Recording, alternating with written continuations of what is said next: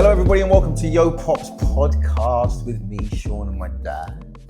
Blessings to you. I love the two-finger piece. That was amazing. Today, we have a slightly different format. As you can see, that my father is holding the key cards. So he's going to be in the hot seat, I guess, in one sense. But before we put him in that hot seat, guys, thank you for all of your support and everything that you're doing to follow us on this journey. Please like, subscribe, and share. My father's personal URL, Bishop L.A. Williams, at Bishop L.A. Williams, and mine is at Shean Williams World. And also, as you know, please follow the podcast on the various platforms at Yo Pop's Poddy on Instagram, Facebook, TikTok, YouTube, Patreon, and also you can stream us everywhere. I know you've been seeing the socials, so you will be seeing all the downloads, and I want you all to please download on every platform you can. Spotify, Apple, Amazon, Deezer, Listen Podcast, Podcast Index, Buzzsprout, they're all there. Very quickly, before we hand over to our host for today, Dad, how are you? I am fine, and you? I'm feeling very good. You're looking very cool. Keeping cool is a good idea. Well, I was talking about cool, but I was also talking about cool. Oh, I see. So like when a person looks cool. So I get your point, yes. Nice. Yes, I like am. the drip. It's nice. Oh. I guess I better do the thing that we all fear most and pass you the reins and let you drive this vehicle for the next 40 minutes. Of course. I've been driving quite a while, so I don't know if you can sit back, relax. Well, I don't know about sit back and relax, but I'll keep my eyes peeled.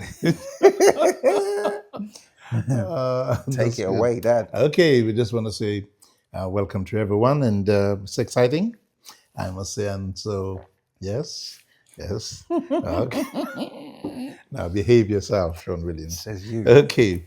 Now, of course, I'm putting Shean through his spaces. And the first question to you is, as a son observing the challenges that fathers and sons go through, what would be your first piece of advice to encourage a better relationship with their fathers? That is a really good question. Thank you. I always come with the best. Yeah. So ask the question one more time so I can just make sure I've assimilated everything you're asking. As a son observing the challenges that fathers and sons go through, what would be your first piece of advice to encourage a better relationship between fathers and sons? Okay, I think I'd break this down to three key principles. Ask, listen, prove. Mm-hmm.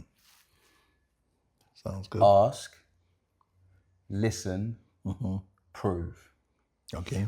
Ask because you develop, what you do is, especially with sons, there will always be a certain element of either wanting to outdo, match, 100%, because I think it's there is something within what I call the male makeup that is quite competitive to a level. And a lot of the time it's, okay, for example, when we were younger, you used to love racing with us. Yes. Up until a certain age.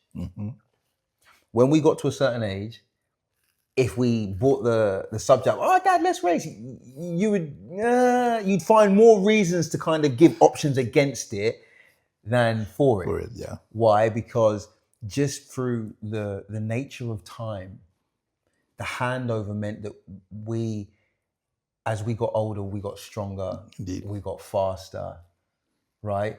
And so it'd almost be like, and I don't mean this in the way it's going to sound, because there's a lot that the first model, the newer model can learn from the first model. It would be like Windows 95 talking to the MacBook Air Pro. Right. They have the capacity to do similar things, but one has a faster operating system.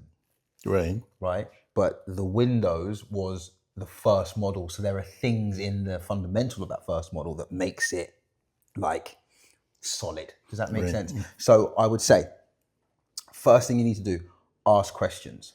Okay. Ask questions because it allows you to understand without you assuming based on the visual. And most of us we look outside and go, oh, it's a sunny day.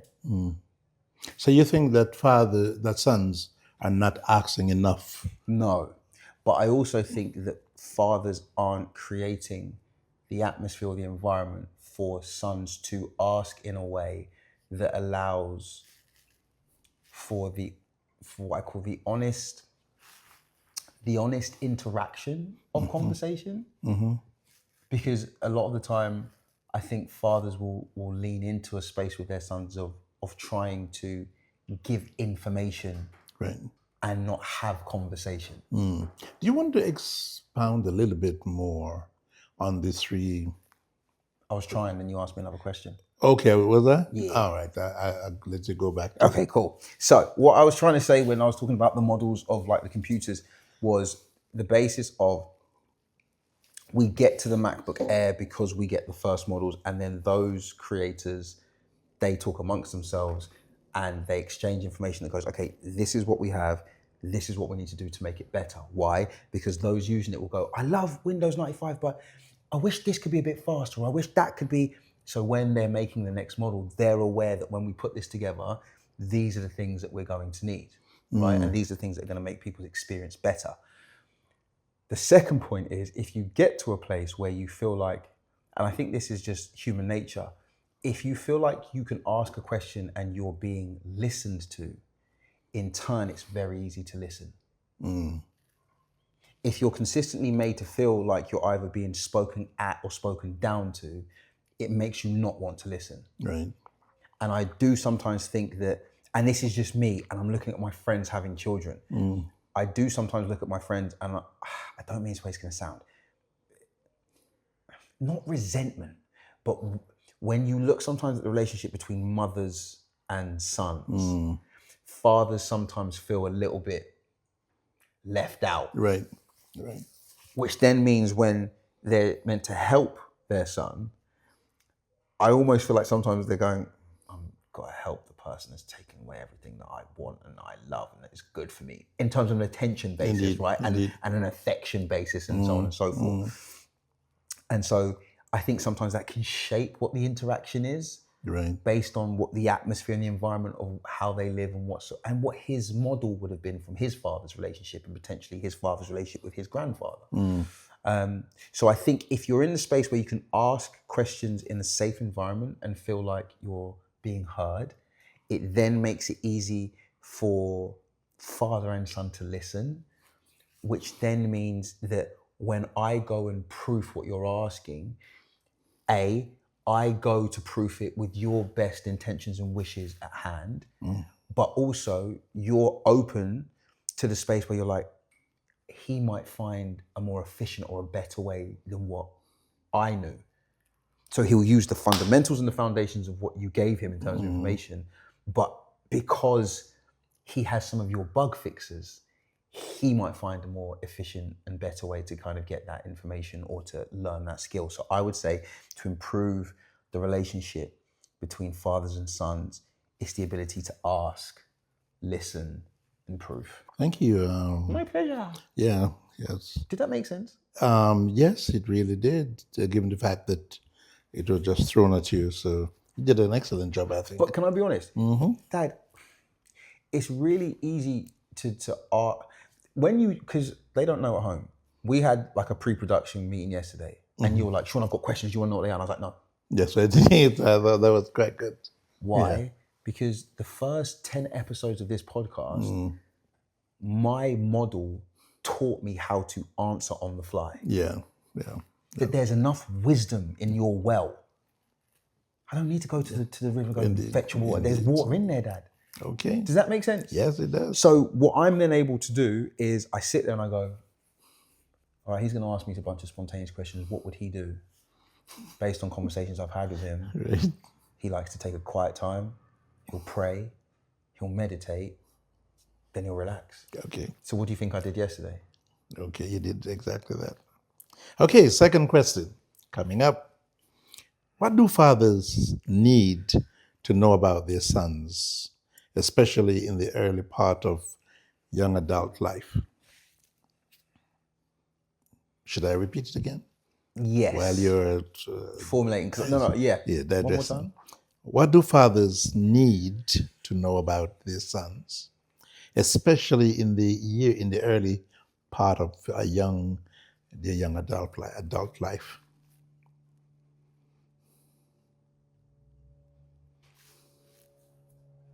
It's a good one, isn't it? Well, yeah, it's not bad at all. But no, can I? Do you know why I'm taking my time with it? Because I understand you're from a generation where how I present information is going to be key to how you hear it. And I don't want to block your ears off by saying something that appears to be curt or sharp. And do you think all the fathers are like that? Yeah, men are sensitive, Dad.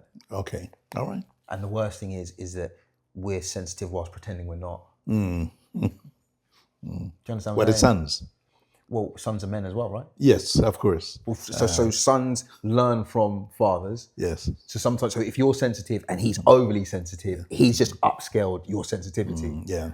So it's the reason why a man can be, let's say there's a family event, right? And the husband doesn't want to go because there is a member of the family that he doesn't like to be around. And when you get to the bottom of why you don't like to be around, somebody did something that was so innocuous. And you're like, why would you not just go and, I don't mind, why should I have to? No, you'd rather kind of hold it. And whilst, I think within female circles, it's much more acceptable to be more visually expressive about what displeases you, to then talk it out, even if it gets loud. Right. Right? Which is why I think women have done amazing in living so long, because a lot of the stuff that we pent up and hold, they're like, oh, no, I'm going to get that out. I'm going to tell you exactly how I feel. And then they'll get on the phone and then have another 2-hour conversation about it. And then by the time they go to bed, they've got rid of all of it. Yeah. Does that make sense? Of course. And so that's a good question. I think, give it to me one more time. What do fathers need to know about their sons, especially in the early part of their young adult life? They're trying to figure it out. They don't have it set. The sons don't have it set. Yeah. Okay. They're trying to figure it out. And so you think fathers need to know that? Yeah. Because I think sometimes we move into two spaces. And this was some of what we touched on in the last conversation. If you go to your father and you tell him you haven't figured out and he doesn't believe in the method that you have, he'll wait to potentially watch you stumble and fall. You think that's fathers general, yeah? Sometimes, yes, Dad, because fathers are less nurturing than mothers, right? So a mother will see a baby walk in, oh, he's going to fall. Yeah. A father, like, no, he needs to fall so he can learn to get up. Yeah, I get you. That is two completely different intentions to parenting, right? Yeah. Neither's wrong, just different. Yeah. So when fathers see sons, they're not always looking at where they are, they're looking at where they can get to. So they're trying to give them information for down the road. Okay. And the son thinks it's information for now, which then butts heads. He then says, oh, I don't agree, or he gives you his, and then you then sit there going, well, I've lived this life and da-da-da-da. All right, cool, we'll see. And nobody realizes that you're talking based on perspective, which is how you saw it because you've gone through it. And he's speaking based on perception. He's telling you how he sees it. So you're talking past tense. He's talking present tense. Nobody understands what anybody's saying. And kaboosio. Does that make sense, Dad? Yes. And I think if fathers can sit there and go, okay, I need to help him work this out. Yeah. And lean into moments where they were in the same space in their young male life, they will see similarities. Right. And what it should also help them to do is to not lean into what didn't work for them. Right. Does that make sense? And I think oftentimes we hear parents will sit and say, and especially of your generation, that I worked so hard to give you what I didn't have. Right. And whilst that's an amazing intention, at times it comes at the cost of the balance of forgetting to give me what you also did have. Right. Does that make sense, Yep. Dad? And so then what that allows me to do is it allows me to see the intention of your will and your what you want good to happen for me, but it also allows me to bed in the discipline of what will allow me to then manage the good things that will be coming. Because the reality is you only got to give me better because you came out of worse. Right. Okay. And sometimes with that intention, it's like you just want me to live in spring and summer. And all year, and I can't. Because there must come a time when the leaves start to fade. And we had this conversation the other day, Dad, right? And even driving to the location, the weather is amazing. Everything's bright and blooming. You look close at those trees, they're starting to lose color. And some of them are starting to fall. You go into the road and go tell everybody autumn's on its way. I'm being serious. We go outside right now and go, autumn's coming. Everybody will look at me like, this man is crazy. Like, yeah, we know, but it ain't here. And yet, Dad, I can go pick one of those leaves up off the ground and go, now tell me it's not here. So do you think then that that the young, its sons in this case, it's just not ready to hear the wisdom of experience? How bluntly can I put this?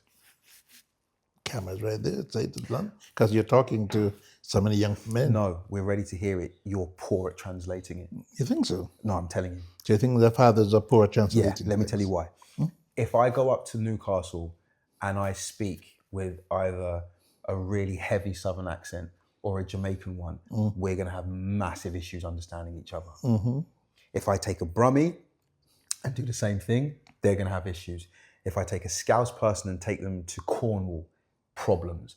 Simply because the language is English, the dialect is Geordie, Brummie, Scouse, West Country. And there are times when just for the changing of dialect, same with Patois, Dad, right? There are certain people who are of Jamaican heritage that can speak Patois. Depending on how deep you get into more bush areas, rural areas, yes, you may not be able to understand that person, Dad, because the dialect it's deeper. Doesn't mean that they're not. They could say the exact same thing as you, and you wouldn't catch it. So how then are the sons are going to bridge the gap given the explanation? And that's the problem. It's you can't. Right. The reason we got the MacBook Air is because it was a derivative of the first model. How on earth is the MacBook Air going to tell Windows 95 what the first Word document should look like and so on and so forth? It's not. It's a conversation of reciprocal value.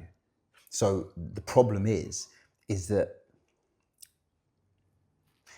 a lot of the time, and it's why I always often tell you that I'm very proud of you and impressed with you, because you haven't allowed the season of your life to stop you from intentionally wanting to learn.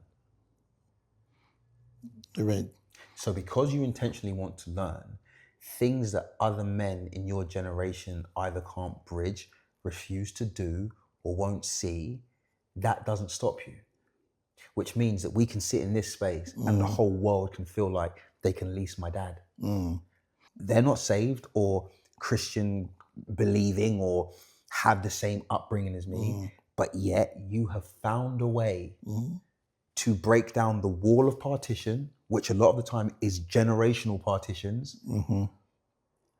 And you're like, okay. So before we move on to the next question. But first, did you understand what I just said?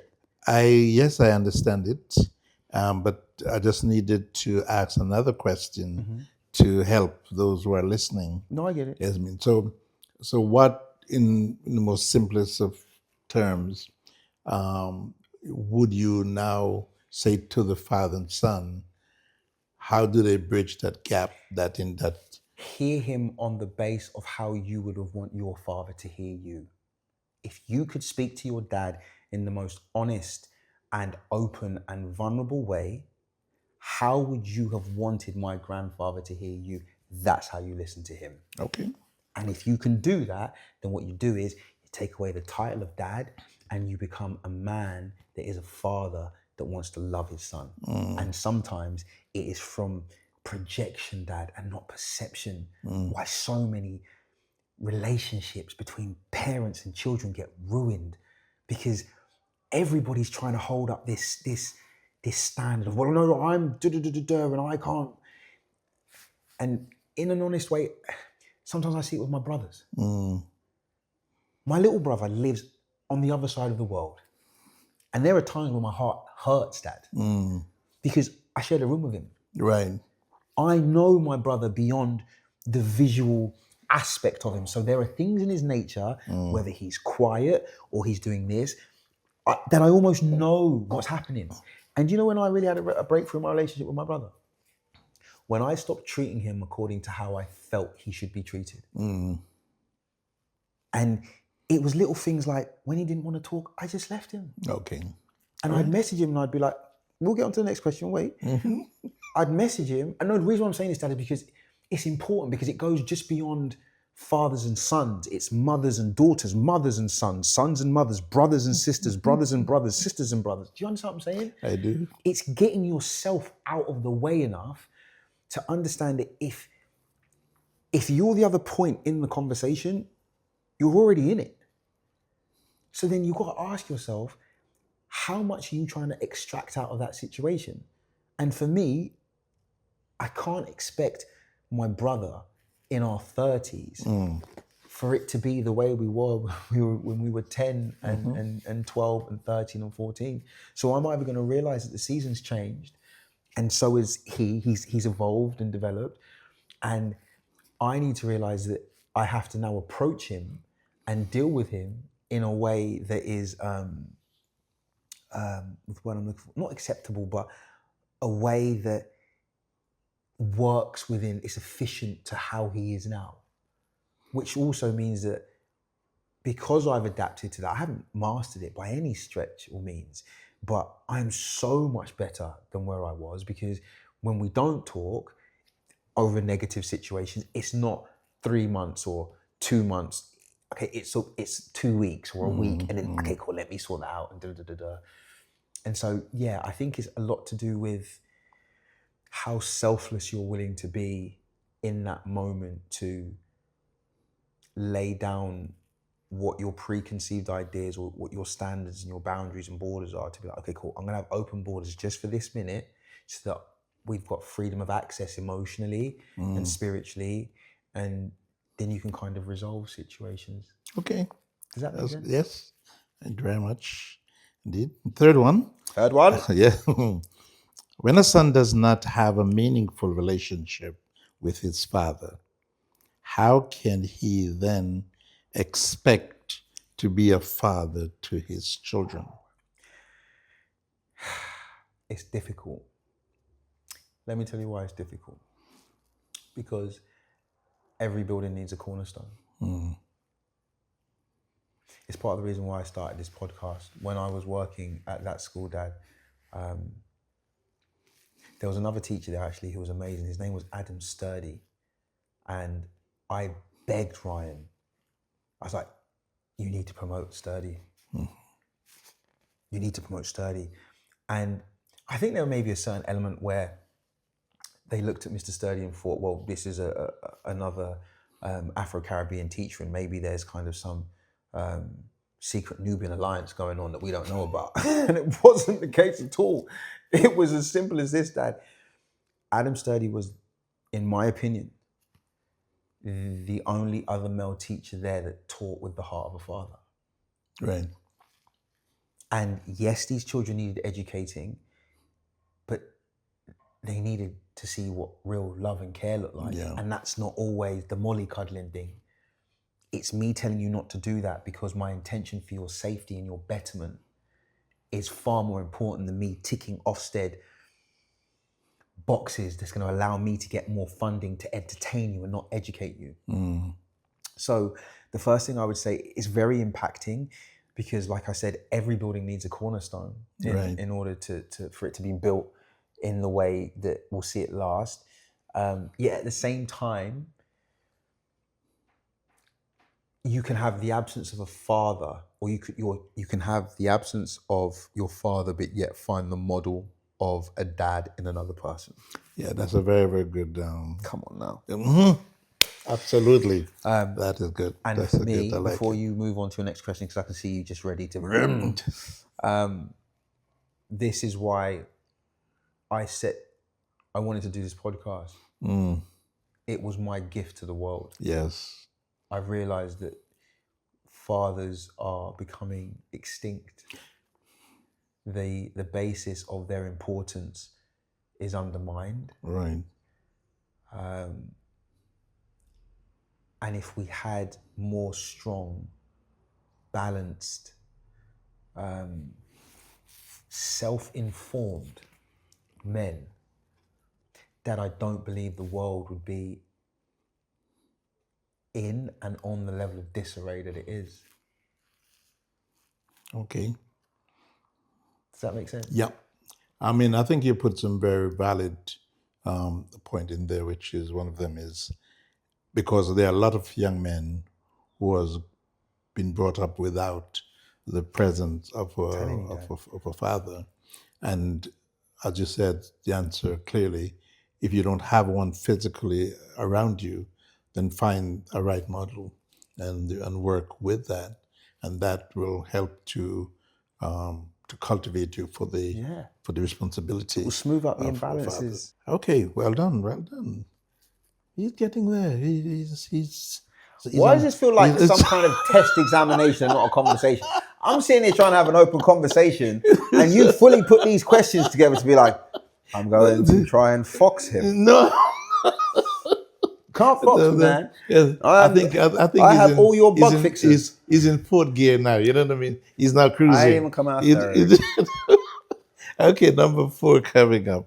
Ben, how much do you think a mother influences the relationship between fathers and sons? Hugely, Dad. Hugely. All children, especially sons, have an attachment to their mothers. Sound like you were waiting for that one. No? No. Okay, I'm just enjoying answering the questions, and I feel good that I'm in the right flow. Does that make sense? Of course. And you know when you're in the right flow, and you know when you're like, this is ropey. Hugely. And let me draw on my own experience, okay? So because of the nature of your job, you were called to travel and plant churches internationally regularly. And because of your rates of success, okay, and this is me taking your spiritual vocation and allowing people to see it within the terms of a natural occupation, okay? To basically, for those that are like, what did he just say? My dad's spiritual call into ministry, right, allowed him or meant that he was asked to go and set up churches internationally. So I now want to take it out of the spiritual vocation so we can understand it in an occupational sense, like anybody's dad or any parent's going to a job. So that means that in the job sense, you would spend extended times and periods away from home. And we were very blessed because we had a large church community that would obviously gather around our family. And mum was obviously loved and respected, and she had peers, so women in ministry that were her age. She also had what we called mothers in the church that were much older. So she had different spaces to lean into. But primarily, for those couple of hours of service 3-4 times a week, though the rest of our time was spent at home with our mum. And you have got a woman who is clinically not 5 foot tall, raising 3 boys. So depending on what was going on in her environment, we would feel the emotional, toing and froing, I guess, of just what life is for anybody, Dad. Because mum also had a good job. So she had her own commitments and stuff that she needed to do, and then there's coming home and looking after your boys, and then there's still her commitments, obviously, with church. Now, obviously, there are other people in other positions in the church, so she's not having to do everything. But in terms of our growing up and seeing her, we spent a lot of time with our mum, and it is impactful because I don't know too many sons that don't love their mothers, right? And then so you will learn a lot of your cues from how they are. Right.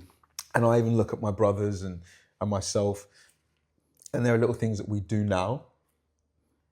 For example, when we're all going to do something that's quite important, right? So it might be, for Wallace, it could be a big presentation, or he's got to fly somewhere to go and do a meet and greet and meet some people and schmooze them before he tries and sews up a big deal. For Leon, it might be a massive event that he's about to do. For myself, I might have a show. There are little things that we do that sometimes, if not kept in check, can lead to what I would call overly anxious feelings. And when I looked, I was just like, I remember there was a point where I was like, where has this come from? Because we've never been taught to be anxious. Like, where was this? And then I was just like, oh, this wasn't a spoken instruction. This was a learned model.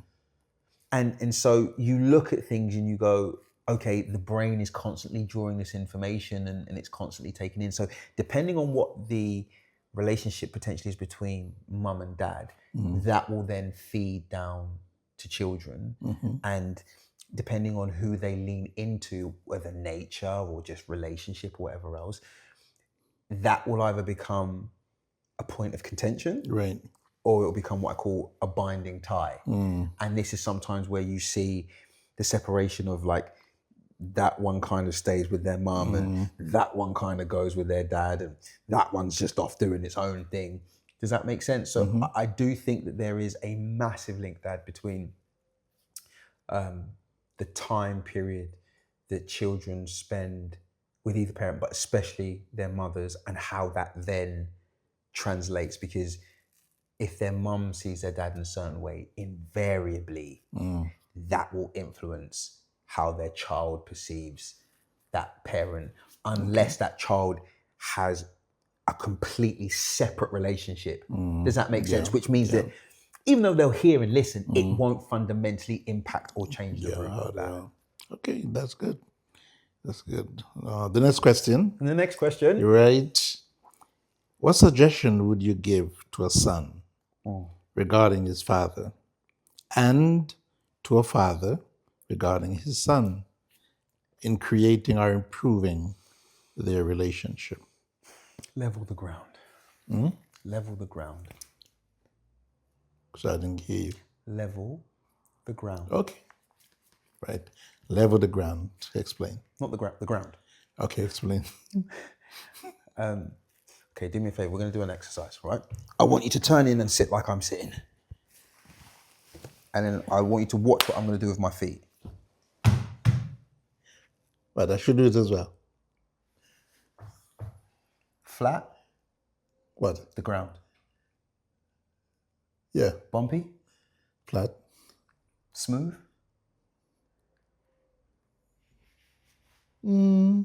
Yes, if I Take your foot off the rug. if I take my feet in another direction. Terrain. Is it terrainy? No. Level. Level. Which means it's solid. Right. Also means So the one that is sort of bumpy is not solid. no. Okay. Because you hit the bump with the right amount of force and you'll crack the ground. Right. When you level the ground, you take away everything that was. And it means that when I stand and you stand, firstly, we're both standing on solid ground. Right. We're both standing on the same ground. And I get to speak to you eye to eye. Respectfully. Right. Right? Now, my humility to you as a father means that though I can speak to you eye to eye because that's how you're presenting to me. Mm-hmm. It makes me feel more humble. Right. Which then means that I'm more ready to hear. Dad, we have lost the art of sincere communication. I'm telling you. Yeah. It's such a simplistic key, right? And one of the scriptures I love to hear you quote in church. It's so simple, but Dad, it's so deep. Faith cometh by hearing. Yeah. Mm-hmm. Yeah. So if you're going to hear, you can't be talking. And if you're going to hear, your heart has to be open. Right. And why can I get faith from the word of God? Because what God does is he leaves his position as CEO of the universe and he comes to me as a father, Dad. A father. Right. With a blow of his nostril could end everything. Everything, Dad. The baddest man you know would tremble at the thought of him coming, not him being there, him coming. And he will simplify himself, Dad. Right. So that I can touch him in real time. What model does any father truly need? And as a son, what gift can I ask for that's greater than that? He's getting very excited, Oh, what's wrong with you? I think you think it's Sunday morning. You know what I'm saying? No, that's very good. I only very because it hit your spirit. That's because I saw you go, how's he going to come around with this one? Oh yeah, no, don't worry. I came up on your blind side like, what? What's going on? But do you understand what I'm saying? I think, yes, it is. It's a good illustration. And that's how you improve. You said something at one of the initial questions, which I thought was really profound, and I think in this particular question, it really sort of also lean into it, where that leveling process that you talk about, where I think a lot of sons, because of the competitiveness, I think you'd make mention of that both see to you got somebody who's young, strong, fit, handsome, whatever it may be the case, and then you've got someone who perhaps still to a certain degree middle-aged and all the rest that goes with it, but has the wisdom of life, and therefore is how does those competition fits into this kind of relationship, and who regulates it? I would say that it's generally regulated from the father. And the reason why I say it's generally regulated from the father, because that competitive edge either becomes toxic or it remains positive based on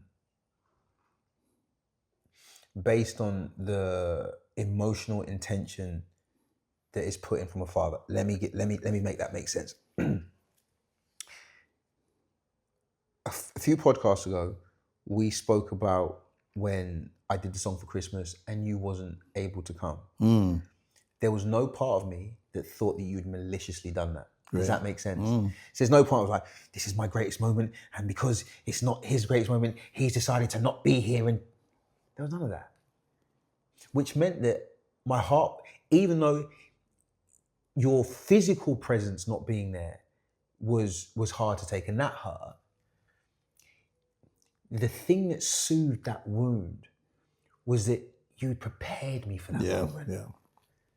So there was no part of me where I was like, he built me and put me on this pedestal so that the minute that I was going to put my arms to the world, he was going to cut it down and they were just going to watch me fall. There was none of that. Which is why I could come to you and I could just say, no, I wanted you to cross that finish line with me. Does that make sense, Dad? Yep. So the intention of that moment meant that in something that was very painful to me, I sat there and went, but he sat there with me when I was writing that song.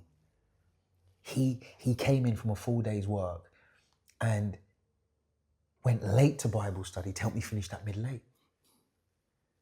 So then the negative commentary that pops into all of our heads, Dad, I was able to counteract it with truth. Yeah. The only thing that can kill negative commentary is the truth. And the truth was, how are you going to blame him for not being here for the parade when he was in the training session? And then you sit there and you go, okay, it's not that he doesn't care or he doesn't. This is about how I feel. And I'm either going to feel okay enough and open enough to come to me and go, I just wanted you to be there. Okay. Does that make sense? That makes a lot of sense. Then for me to take it in a thing where you try to do X, Y, and Z, and this is deep. Dad, so the artist I work for, right? The very first tour I did in 2017, I remember when the manager's son was just finishing his degree. And there was a disabled bathroom quite close to our dressing room. And at that time, they were all suspicious of me. Proper. They were like, who is this? You know me, Dad, I'm not a Wilton flower. As far as I'm concerned, I've arrived. I should have been here 10 years before, but okay, I'm here. Yeah. So for whatever reason, I struck up a good relationship with him. And I remember him sitting there and he was doing his dissertation at the time. And I took a little bit of time and I spoke to him. And when we went to the tour this year, we did the same venue. And I messaged him because I wanted him to meet me by that toilet because I wanted to remind him, I was like 8 years ago. That's right all again, yeah. And he didn't come, but I saw him in the corridor. He's like, I'm so sorry, I didn't get your message. What do you want to do? I go, 8 years ago, this is where it started for you. He went from being the manager's son, finishing his degree in 2017, in 2025, being the point of managerial contact and authority. And I watched his first overseas tour, the mistakes he made, the greenness he had. I watched him develop. I watched moments where his father was happy with him. I watched moments where his father didn't look so happy with him. I watched him learn. I watched him make mistakes. But because the environment and the environment, which then fuels the atmosphere, was set for him to succeed. Even in moments where you could see there was friction, it never derailed the journey. Yeah. Does that make sense? Of course. And so it's those things of putting the right things in place, and also as sons to realize that it's not a setup for us to always be subservient or to be less. It's what I call sometimes an over preparation. And the only thing I will say, because I'm starting to cook a little bit, don't cook the meat too long; it might get a little bit rubbery. Okay. Does that make sense? Yes, so when you're trying to tenderize beef like that, if you don't let it stew for a little bit, it can be a little bit chewy. Yes, yeah. And so now I'm learning how to tenderize. Let it simmer for a little while. Put it on a low heat. Let it boil. And I think that's where we've got to, is that I trust you to take me through the process of tenderization, knowing that you're not going to overcook me. Indeed. Or leave me there to burn. Yes. Okay, one more question. Wait, don't you want to say how good that answer was? I mean... I can see, go on, tell him. Tell him. You know, I mean, one more question so that you don't get overcooked. You know what I mean? You know? Sure. Okay, this is the final question. What steps should a son take towards improving the relationship between fathers and sons? Take the time, set the intention, have a purpose. Say it again. Take the time. So like a routine, same way I do it with the gym, a time per week where you sit and go, that's me and Dad time. Beautiful. Set the intention. What do you want out of it? Because if you set the intention, that will then balance your emotion. Anytime I'm getting a little, my spirit just says, listen, I ain't got time for all of that. What are you trying to get out of this? and then it lets me know if I'm being emotional, Right. right? And then it allows my spirit to come over it. I like that for the first part of that answer. Set the time. Take the time, Take the time. set the intention, That's beautiful. and And then I think that's the end. I got a third one. What do you mean? How are you going to cut me off? Okay. I mean, if you've had enough, then I know you're on a roll. You know what I'm no. saying? There was just one more thing. It was just take the time, All right. set the intention, know the purpose. Oh, that's good. That's worth holding on. Thanks, everybody. I'm gonna just leave now. That's worth holding on for. Okay, that's beautifully said. Thanks, Dad. So, how would you define I the thought purpose? you said that yes, was it. I'm just clearing up now you want the some- last bit. The purpose will be is you want the legacy of relationships in your family to mirror that of the best version. That is beautiful. Thank you all for listening. Over to the master himself. Firstly, brilliant. Okay. You should interview more often. I'm being serious. I think you just love the role that you're. No, Yeah, but yes, of course. We can see it in your eyes. Dad. He's loving it. He's loving it too much. But Dad, in my heart, I'm a teacher, Of course, yeah. No, it was and wonderful. I've learned from the master It teacher. was wonderful. It was wonderful. Right. Beautiful. So, that I enjoyed that. We could see that. Yeah. I haven't got time for him today, guys. Thank you so much for joining us. Me and my crazy dad. We have just we're loving it. We have some wonderful things planned for you this year, and we're going to create some moments for you to come and sit with us in the room and experience what it is that we're trying to build. Please, if you'd like to donate, paypal.me, YoPopsBody should be just here. We have our Patreon as well. Also, like, subscribe, and share at YoPopsPoddy, TikTok, Instagram, Facebook.